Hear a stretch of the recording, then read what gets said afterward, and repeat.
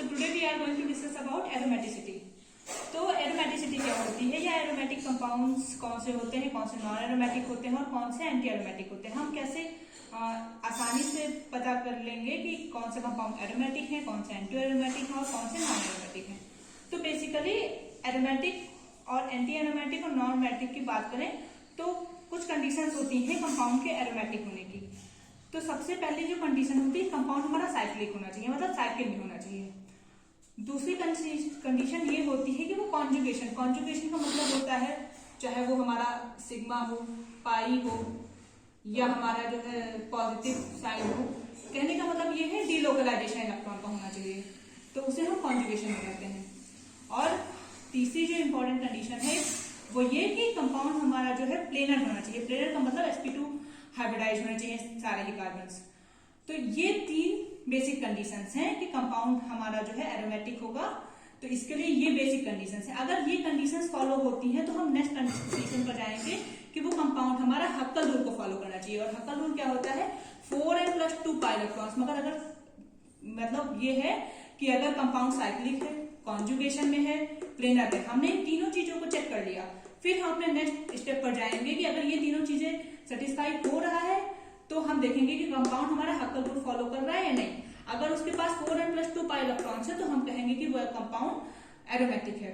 अगर इनमें से, ये बहुत इंपॉर्टेंट बात है कि अगर इनमें से कोई एक भी कंडीशन फॉलो नहीं होती है, अगर if any one from first 3 conditions, इन तीनों में से अगर कोई एक भी कंडीशन फॉलो नहीं होती है तो हमारा सिस्टम नॉन एरोमेटिक होगा। ओके, तो नॉन एरोमेटिक कब होगा, जब इनमें से कोई एक भी इधर साइक्लिक ना हो या कॉन्जुगेशन में ना हो या प्लेनर ना हो, तो हम कहेंगे कि वो कंपाउंड हमारा नॉन एरोमेटिक है। ठीक है, अगर ये तीनों फॉलो हो रही हैं और फिर हम चेक करेंगे कि उसमें हक्कल रूल को भी फॉलो कर रहा है। हक्कल रूल हमारा होता है 4n+2 पाई इलेक्ट्रॉन्स, यहाँ पे n होते हैं 0 1 2 3। ठीक है, तो हक्कल रूल 4n+2 पाई इलेक्ट्रॉन्स हम निकाल के देखेंगे।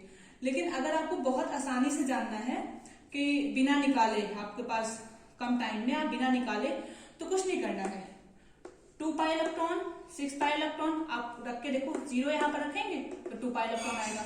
यहाँ पर अगर आप 1 रखेंगे तो आपका 6 पाई इलेक्ट्रॉन आ जाएंगे। यहाँ पर अगर आप 3 रखेंगे n की वैल्यू तो आपका जो है 10 पाई इलेक्ट्रॉन आएगा। तो बेसिकली इसमें एक चीज कॉमन है, 2 पाई इलेक्ट्रॉन है, 2 के बाद एक इवन नंबर का गैप है।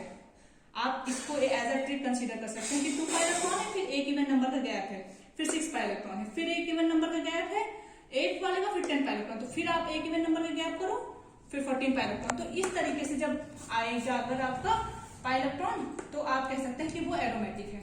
फिर आते हैं एंटी एरोमेटिक। एंटी एरोमेटिक में 4 पाई इलेक्ट्रॉन होने चाहिए। एन की वैल्यू यहाँ पे 0 से कंसिडर नहीं होती है, क्योंकि अगर आप 0 रखोगे तो पूरा टर्म ही 0 हो जाएगा, जो कि पॉसिबल नहीं है। तो अगर जो है एन की वैल्यू 1 2 3, 1 रखोगे तो 4 पाई इलेक्ट्रॉन आएगा, 2 रखोगे 8 पाई इलेक्ट्रॉन आएगा, 3 रखोगे 12 पाई इलेक्ट्रॉन, से आप रखते जाओगे। और तो यहाँ पर भी एक कॉमन चीज नहीं, यहाँ पे देखो 2 इवन नंबर से स्टार्ट हुआ था, यहाँ पे 2 का गैप है, 4 पाई इलेक्ट्रॉन, फिर नेक्स्ट इवन नंबर का गैप है 8 पाई इलेक्ट्रॉन, फिर नेक्स्ट इवन नंबर का गैप है 12 पाई इलेक्ट्रॉन। तो इस तरीके से आप किसी भी स्ट्रक्चर को देख के पाई इलेक्ट्रॉन आसानी से काउंट कर सकते हैं बिना फॉर्मूले को अप्लाई किए हुए। जैसे हम इधर देख लेते हैं, कुछ एग्जाम्पल दे देते हैं। यहाँ से स्टार्ट करते हैं इस कंपाउंड को। तो सबसे पहले आपको ये नहीं लगा के चेक करना है, पहले आपको देखना है कि कंडीशन सेटिस्फाई हो रही नहीं हो रही।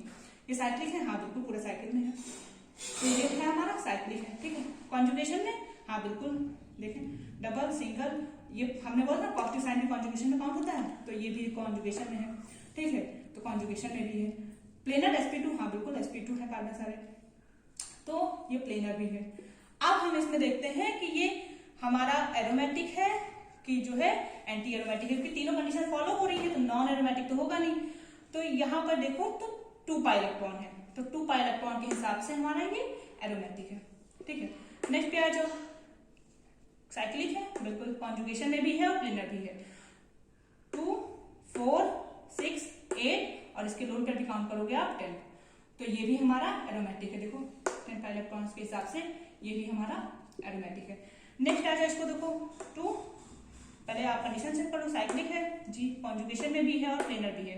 फिर 2 and 2 4 पाई इलेक्ट्रॉन के हिसाब से ये हमारा हो जाएगा एंटी एरोमेटिक। ओके, ये भी देखो, ये भी हमारा एंटी एरोमेटिक ही है।